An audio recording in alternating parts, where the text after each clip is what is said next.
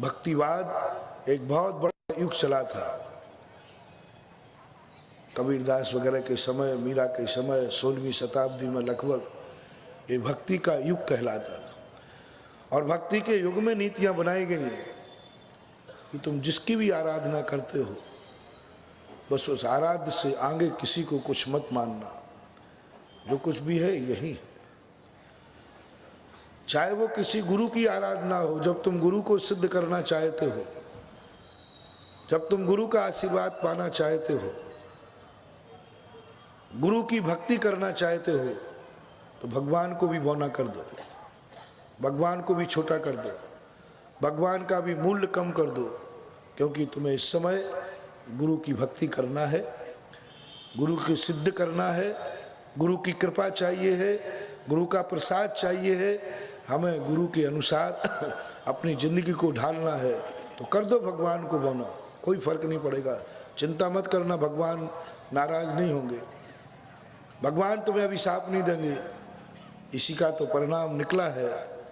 जब एक गुरु की भक्ति में उमड़ पड़ा एक श्रावक, गुरु की भक्ति में उमड़ पड़ा एक भक्त, तो उसने लग डाला एक सूत्र, गुरु गोविंद वो खड़े कि काके लागू पाऊं, बलिहारी गुरु आपकी गोविंद दियो बताए नहीं।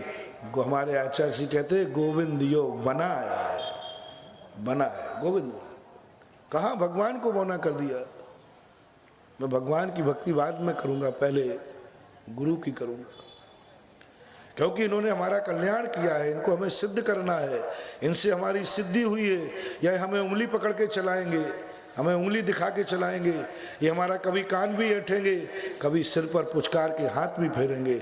ये हमारी भाषा जानते हैं, ये हमारी तरीके से हमें जीना सिखाते हैं। हम बहुत छोटे हैं, ये हमें माँ के समान हमारी तोतली भाषा में भी बोल करके जानते हैं। इसलिए गुरु महान होते हैं। बालक को जब माँ सहलाती है, बालक को माँ जब बहलाती है, तो माँ तोतली नहीं है, लेकिन उसके सामने वो भी तोतली बोलने लग जाती है, वो भी झुक झुक करके चलने लग जाती है। तब कहीं बालक माँ के प्रति अनुरागित होता है। इसी प्रकार भक्त से कहा गया कि तुम गुरु को ऐसा उपकार मान लो कि भगवान भी कहें, भगवान कहें बेटा मैं बड़ा हूँ।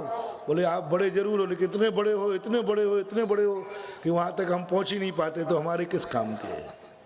तुम इतने बड़े हो, इतने बड़े हो, और मैं इतना छोटा हूँ, मैं इतना छोटा हूँ। आपके हाथ इतने बड़े हैं कि मैं आपकी उंगली पकड़ना चाहूँ तो पकड़ नहीं पाऊँगा। आपकी गहराई इतनी है कि मैं डुबकी लगा नहीं पाऊँगा। आपकी सीमाएं इतनी बड़ी हैं, वहाँ का अंत में पा नहीं पाऊँगा। लेकिन मेरे गुरु इतने छोटे हैं, इतने छोटे हैं कि जब हम हाथ नहीं पा पाते हैं तो वे कमर झुका करके हाथ नीचा कर देते हैं।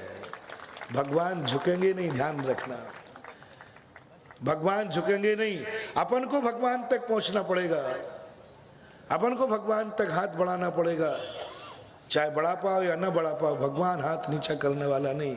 लेकिन जब गुरु की बात आई तो भक्त नहीं झुक पा रहा था हाथ को, गुरु महाराज झुक गए।